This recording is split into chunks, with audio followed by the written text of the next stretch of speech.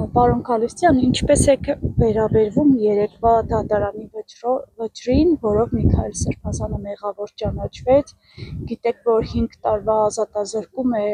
այդ նշված հոդվածով նախատեսված, առհասարակ ինչպես եք վերաբերվում Նիկոլ Փաշինյանի եկեղեցու դեմ սկսված արշավին,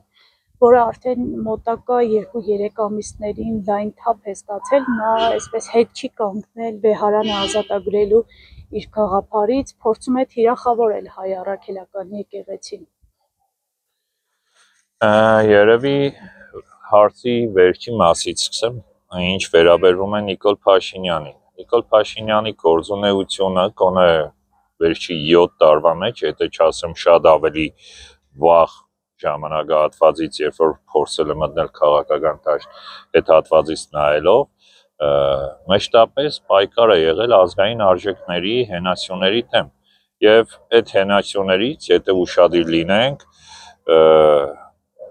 հիմնական ամենաուժեղ ու ամենականկունը մնացել էր եկեղեցին, որի դեմ տանում է սովորական պայքար, մոլերանտ պայքար, որովհետև արդյունքում ինքը ազգային մարդ չէ, ինքը ազգի ներկայացուցիչ չէ, ինքը ընդամենը ժողովուրդ ասելն էլ երևի թե ժողովրդի մասնիկ ասելը մեծագույն կոմպլիմենտ կլինի Նիկոլ Փաշինյանի համար։ Եվ բնականաբար այս համատեքստում Նիկոլ Փաշինյանը պիտի փորձի հնարավորինս վերջի հենասյունը, որը պահում է ազգը, ազգայնականությունը, ջարդել, կոտրել։ Շատեր նայենք ինչ եղավ։ Բանակը ջարդեցին, ջարդ ու փշուր արեցին, ավերեցին, այսօր բանակը գտնվում է խիստ տգար վիճակում, որը մեր ազգի հենասյուներից մեկն է։ Նույն վիճակը դպրոցներում է այսօր։ Կարծես թե ինչ որ բարեփոխումներ են, բայց խայտարակ վիճակ է։ Դա նաև ասում եմ մասնագիտորեն ի պաշտոն է, որովհետև վերջի 5 տարիներին տիրապետել է։ Եվ երրորդը քաղաքական պայքարից կուսակցություններին չհաշվելով, դա հայ առաքելական եկեղեցին է, որը տարեր շարունակ իր առջև խնդիր է դրել ոչ միայն կրոնական, նաև ազգապահպանման եւ լավ թե վատ կարողացել է լուծել։ Իսկ լավ թե վատի արդյունքը դա այն է, որ այսօր կա հայ, կա Հայաստան, գոյություն ունի հայ ազգ եւ գոյություն ունի Հայաստան։ Եվ սրա թիվ 1 մեղավորը Նիկոլ Փաշինյանը տեսնում է հայ առաքելական եկեղեցուն։ Միքայել Սրբազանի դատավարությունը պիտի նայել այս համատեքստում Նիկոլ Փաշինյանի պայքարը եկեղեցու դեմ։ Հոգևորականին չեն ցերպակալել որևէ քրեական հոդվածով։ Ինքն ինչ որ արդայդության, ինչ որ կոչի համար, որը իմիջայլոց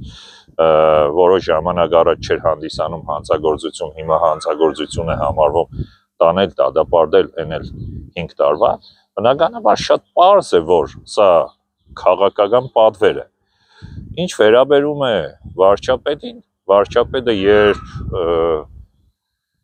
խոսում է աստվածաշնչի լեզվով, խոսում է կրոնական լեզվով, խոսում է մեջբերումներով, շարականներից է խոսում, մեջբերումներ անում, նույն վարչապետը չի կարդացել պատվիրաններից, գոնե մեկը, ամենակարևորներից մեկը, մի տադիր, որ չդատվես, և ում է դատում ինքը, այսինքն հավատացյալ հռչակած վարչապետը դատում է Աստծո ներկայացուցիչին երկրի վրա, Սրբազանը Աստծո ներկայացուցիչն է երկրի վրա, այստեղ անց Միքայել Սրբազանը չէ, անց Բագրատ Սրբազանը չէ, անց կաթողիկոսը չէ, ինքը փորձում է դատել Աստծո ներկայացուցիչին երկրի վրա, սա պայքար է կրոնի դեմ, քրիստոնեության դեմ, եւ սա ուղղակի փորձում է ներկայացնել պետության շահերով, իսկ այդ եկեղեցին 2000 տարի չկարողացավ պահել հային հայ, որ հիմա վախենում ես, որ եկեղեցին պիտի փորձի խանգարել, եւ ինչպես կասեր տադս Աստծանից գտնիկ, այսինքն իրենց տադն ու տադաստանը գնահատական տվողը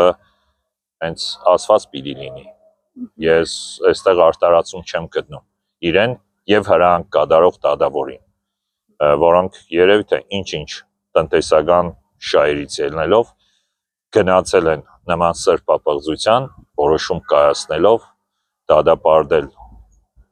անազատության Միքայել arczepiskopos-ին, որի համար ի վերջո յուրաքանչյուր մարդ ինքն է իր գործած մեղքերի համար պատասխան տալու եւ ստապեցնող չեղավ նույնիսկ Սրբազանի ստապեցնող խոսքը, թե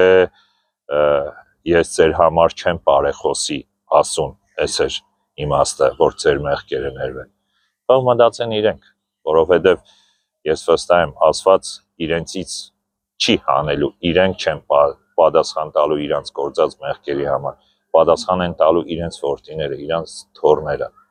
Այդ ժամանակ միգուցե իրենց հոգու խորքում զգան իրանց մեղավորության չափը։ Նայելով այս իշխանությունների վարած քաղաքականությունը, ինչ տպավորություն եք ստանում, ուր են տանում այս իշխանությունները։ Խոսում են խաղաղության մասին, բայց տեսնում ենք, որ նույնիսկ Հայաստանում, նույնիսկ այս ներքին վիճակի մեջ մարդիկ պաշտպանված չեն, նույն Փարաքարի համայնքապետը բառապացույցն է, սպանվեց, այսինքն Հայաստանի քաղաքացին իր իսկ երկրում պաշտպանված չէ, բայց այս իշխանությունները խոսում են խաղաղության մասին, խոսում են, որ սահմանի վերջին շրջանում տարի ու կեսից ավելի է զոհեր չկան, դա մեծ ձեռքբերում են համարում եւ բաժանում են Հայաստանը իրականի եւ պատմականի։ Սրա վերաբերյալ ինչ դիտարկումներ ունի։ Տեսեք, իսեր Աստծո, սահմանին զոհեր չկան։ Հələ մի հատ ճշգրտող հարց, որպես լրագրող, ուղղեք պաշտպանության նախարարություն, թե բանակում քանի զինվոր է մահացել, այսպես ասեմ, 2 տարվա կդրվածքով։ Այսինքն, երբ որ հետաքննությունը տալիս է պատասխան, թե զինվորները ինքնասպան են լինում, սա նշանակում է իրականում ինքնասպան են։ Ես անմեղության կանխավարկածը չեմ խախտում, բայց խիստ կասկածում եմ։ Այսինքն, երևի թե կամ փաստեր, որոնք կոծկվում են եւ ներկայացվում են որպես ինքնասպանություն, մեկը մյուսին սպանեց եւ այլն եւ այլն։ Որ արդեն որերորդ տարին է Զորանոցի հրդեհի դեպքը ամբողջությամբ բացահայտված չէ։ Երբ որ ժողովրդի մեջ լայն տարածված կարծիք կար, որ սա դիվերսիա է։ Սա մեկ։ Ինչ խաղաղության մասին է խոսքը, երբ ամբողջ աշխարհը եռում է։ Ինչպես ասում են երկրորդ համաշխարհային պատերազմի ժամանակ, աշխարհը նման է սկզբից առաջ, աշխարհը նման է վարոդով լցված տակառի, որին պակասում է մեկ կայծ, եւ այդ կայծը կարող է համաշխարհային պատերազմի պատճառ դառնալ։ Այսօր ամբողջ աշխարհը դիրքավորվում է պատրաստվելով երրորդ համաշխարհային պատերազմին։ Բոլորն են տեսնում, նույնիսկ անհասկացողները։ Իսկ մեր իշխանության վարած քաղաքականությունը ընդամենը ջայլամի քաղաքականություն է։ Ինքն գլուխը թաքցնել, վտանգները չտեսնել, կարճել ինչ որ թղթի կդորից, որը ընդամենը թղթի կդոր է, եւ հույս ունենալ խաղաղության մասին, ու սեփական ժողովրդին համոզել, որ այս թղթով գալիս է խաղաղություն, սա դա հանցագործություն է, սա դավաճանություն է։ Պատմության մեջ հազարավոր նմանատիպ դեպքեր կան։ Երեք հարցազրույցում ասեցի նոյեմբերի 8-ի, նոյեմբերի 9-ի 20 թվականի համաձայնագիրը ուր մնաց։ Քանի կետ կատարվեցին ու քանիսը կատարեց Ադրբեջանը։ Ադրբեջանը գրեթե բան չկատարեց։ Հետ նայեք 39 թվական 1900 Խորհրդային Միության ու Գերմանիայի միջև 10 տարվա չհարձակման պայմանագիր էր կնքված, պայմանագիր, ոչ թե համաձայնագիր։ Ինչ եղավ, ընդամենը 2 տարի տևեց։ Սա է խաղաղությունը։ Խաղաղություն լինում է այն ժամանակ, երբ քեզանից վախենում են։ Եվ այս դեպքում, երբ դու կրճատում ես բանակի ծախսերը, կրճատում ես ռազմական ծախսերը, դու հույս ունես խաղաղություն ունենալու, այո, խաղաղ մահանալու հնարավորություն կունենաս, բայց մահանալու եւ վերանալու, որովհետեւ ինչպես ցեղասպանության ժամանակ հայ տղամարդկանց զինաթափեցին, հետո նոր կոդորեցին ժողովրդին, նույն քաղաքականությունը այսօր նույն ցեղասպանները, այսինքն թուրքերը իրականացնում են մեր կառավարության ձեռքով։ Զինաթափում են մեզ, կրճատում են բանակը, բանակի ծավալը, զենքը, բանակին հատկացված բյուջեի քանակը, սա զինաթափեր չէ, որովհետեւ հետագայում նույն ցեղասպանության ենթարկեն մնացած սերունդին, հայերի մնացորդներին։ Պարոն Գալստյան, այս ձեր դիտարկումները կամ ընդդիմադիր այլ գործիչների դիտարկումները իշխանությունները փաթեթավորում են, այսպես որ դուք պատերազմ եք ուզում եք ամեն ինչ անել, չեք հաշտվում իրենց ստորագրած այդ խաղաղության փաստաթղթի հետ, դուք ռևանշիստական գաղափարներով եք լցված, այսինքն իրենք ուզում են խաղաղություն, ովքեր այդ պայմաններով խաղաղությանը դեմ են, իրենք պատերազմ են ուզում։ Տեսեք, նախ լավ բառ ասեցիք, փաթեթավորում են։ Մի պարզ հարց տամ, հարցին հարցով պատասխանեմ։ 20 թվականին ես եղել եմ Արցախում, կրվել եմ ընկերներիս հետ, տեսել եմ ընկերներիս կորուստը, իմ կողքին իմ ընկերն է զոհվել, և արգը չի ընտրում, թե ում պիտի հարվածի, երևի Աստծո նախախնամություն էր, որ իրենք գնացին, ես մնացի, երևի ես ինչ որ անելիք ունեմ, ու հիմա այն մարդը, ով տեսել է պատերազմը, պատերազմի նման ահավիրկը, սա ուզում է պատերազմ նորից, այսինքն ուզում է ևս մեկ անգամ դժոխքի միջով անցնել, իսկ այն մարդիկ, ովքեր պատերազմին հետևել են ընդամենը հեռուստացույցով, շատ հեռվից, Facebook-ի միջոցով, այս մարդիկ դարձել են խաղաղության ջատագով, կամ սա գալիս է իրենց վախերից, որովհետև եթե հանկարծ պատերազմ լինի եւ ստիպված լինեն բոլորը գնալ, իրենք փախչելու տեղ չեն ունենա։ Կամ ընդամենը զազրախոսում են, չի կարող որևէ մեկը պատերազմ ուզենալ, բայց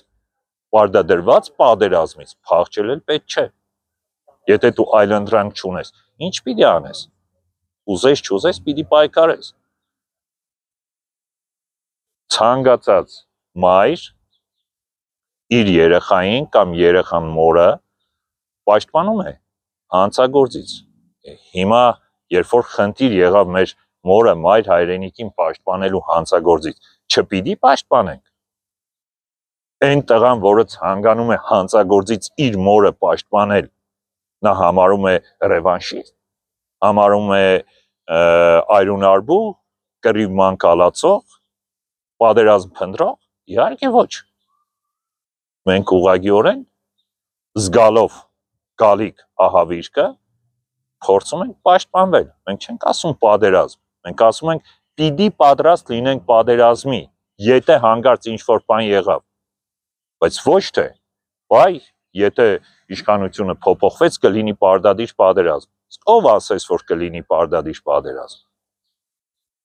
Գուցե պայմանավորվածություն ունեն այս իշխանությունները Ադրբեջանի հետ, մարդիկ դրա համար են